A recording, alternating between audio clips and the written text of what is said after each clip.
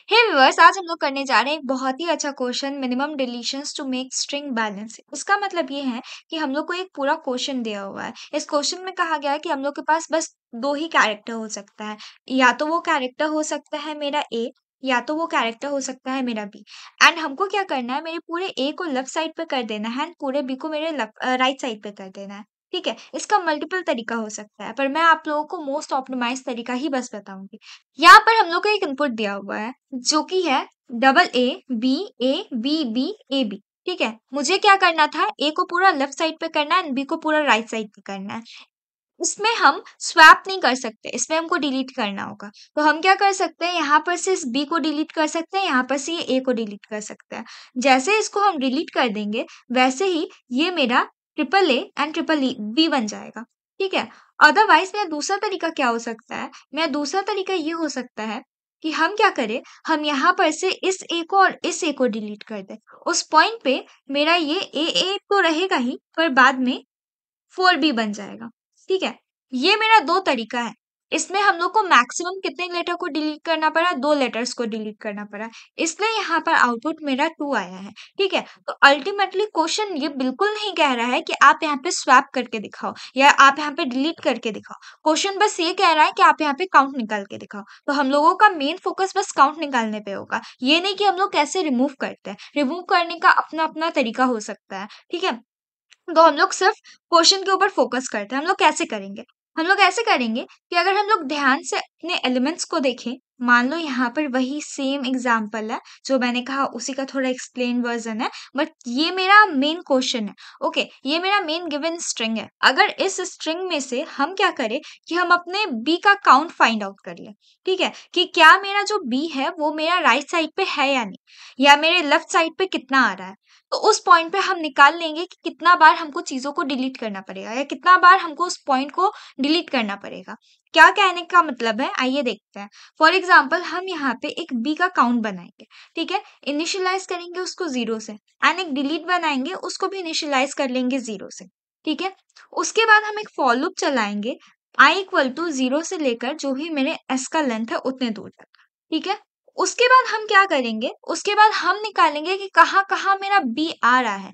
कहाँ कहाँ मेरा बी आ रहा है कहने का मतलब है कि इफ मेरा उस पॉइंट पे, यानी एस डॉट कैर एट आई अगर मेरा बराबर बराबर इस बी के हैं, उस पॉइंट पे हम बी के काउंट को इंक्रीज कर देंगे।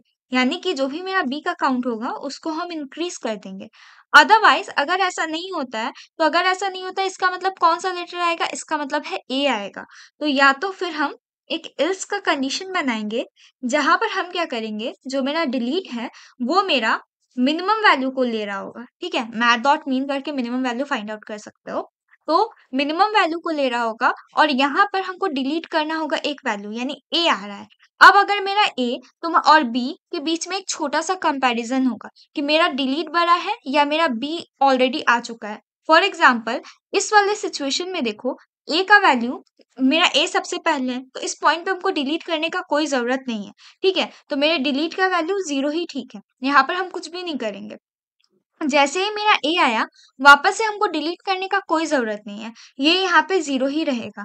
पर जैसे ही मेरा यहाँ पर एक बी आ जाता है, उस पॉइंट पे मेरा बी का एक काउंट बढ़ जाएगा, यानी पहले मेरा बी आ चुका है। लेकिन हमको ये भी तो देखना पड़ता है ना कि वो मेरे राइट साइड पे ही सिर्फ है या मेरे लेफ्ट साइड पे है। तो उसके लिए अब हमको वापस से ए का ज़रूरत पड़ेगा कि ए एग्जिस्ट कर भी रहा है या नहीं। तो उस पॉइंट पे इसके बाद क्योंकि ए एग्जिस्ट कर रहा है, यानी एक बी के बाद एक ए आ रहा है, तो इसका मतलब है हमको बी या ए में से किसी एक को तो डिलीट करना ही पड़ेगा।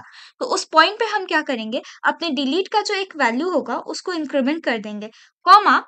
और एक चीज, मिनिमम हमेशा दो चीज के बीच में कंपेयर करके निकाला जाता है। अगर मेरा सिर्फ एक ही बी है, उस पॉइंट पे मेरा यहाँ पर जो भी बी का वैल्यू है हम उसको काउंट करेंगे ना, कि क्या जो हम डिलीट कर रहे हैं उसका वैल्यू ज्यादा है या मेरा जो बी है उसका वैल्यू ज्यादा है, यानी कि बी के काउंट का। उन दोनों के बीच में जो भी छोटा होगा वही मेरे डिलीट का वैल्यू होगा और वही हम यहाँ पर से रिटर्न कर दे रहे होंगे। ठीक है, तो यहाँ पर हम आप लोगों को जो भी कुछ बताया है इसको थोड़ा ड्राई रन करके देखते हैं, क्योंकि ऐसे सीधे सीधे कह देने से बिल्कुल नहीं समझ आने वाला। जो मेजर एक्सप्लेनेशन था वो तो मैंने दे दिया, लेकिन इसको थोड़ा ड्राई रन करके समझते हैं, तब जाके सीधे इसी चीज़ को कोट कर लेंगे कि मेरे क्वेश्चन में था double A, then B A, then B B and then A B. Okay, तो सबसे पहले क्या हो रहा है कि मेरा a का वैल्यू क्या है, वो है मेरा 0। तो जैसे ही मेरे a का वैल्यू अगर 0 हो जाता है, उस पॉइंट पे मेरा, इसका मतलब ये है कि इस if वाले में तो ये जाएगा नहीं क्योंकि ये b के बराबर है नहीं, तो ये इस वाले के पास जाएगा और जो मेरा इनिशियल फेज होगा, वहां पर जो मेरा b का काउंट होगा वो 0 होगा और जो मेरा d यानी डिलीट का काउंट है वो भी मेरा 0 है। ठीक है, अब यहाँ पर से ये एल्स वाले केस में आया। ठीक है, इस वाले केस में आया तो डिलीट प्लस 1 यानी 1 कॉमा 0 में से कौन छोटा है, 0 छोटा है, तो मेरा डी का वैल्यू 0 का ही 0 ही रह जाएगा, यानी अपडेट नहीं होगा।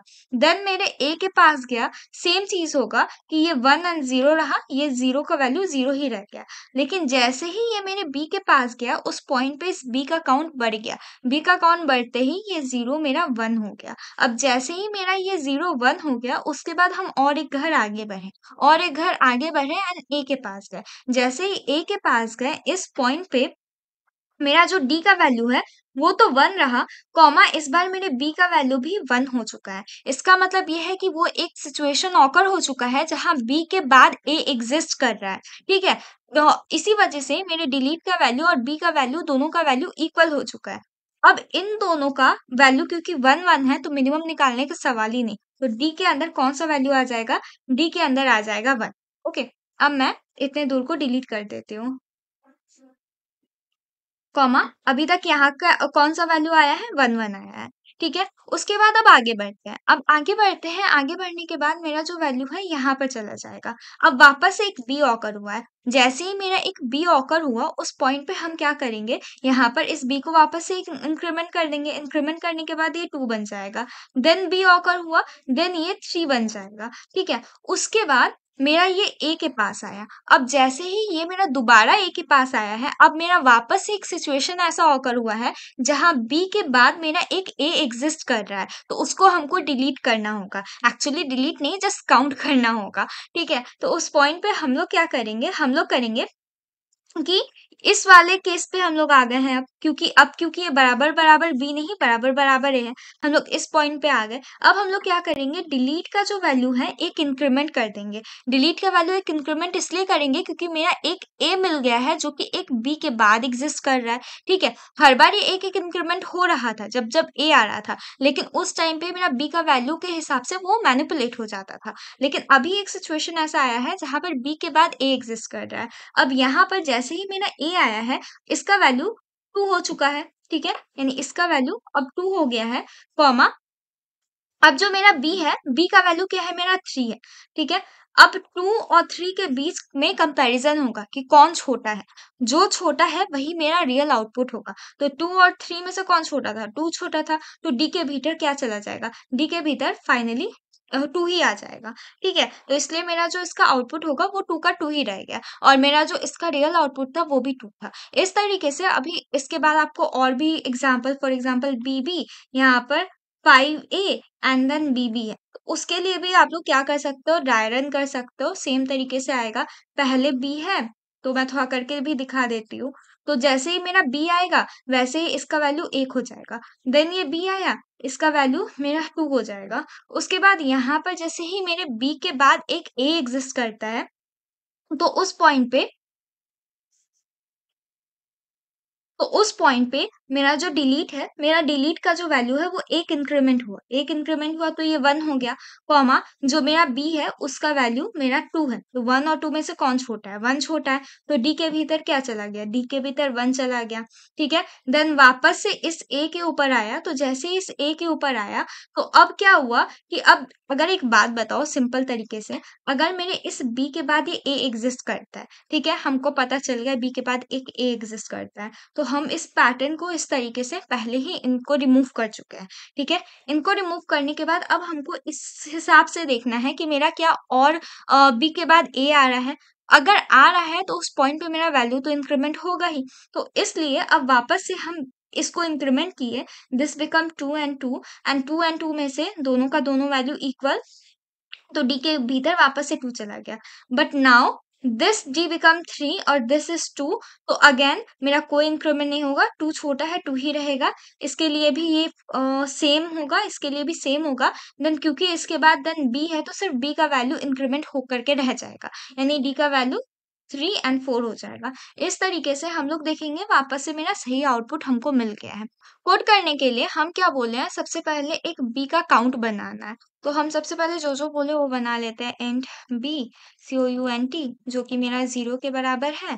देन इंट, उसके बाद मेरा डिलीट जो कि मेरे 0 के बराबर है। उसके बाद मेरा फॉर इंट I बराबर 0, I is less than s dot length I plus plus. उसके बाद इफ मेरा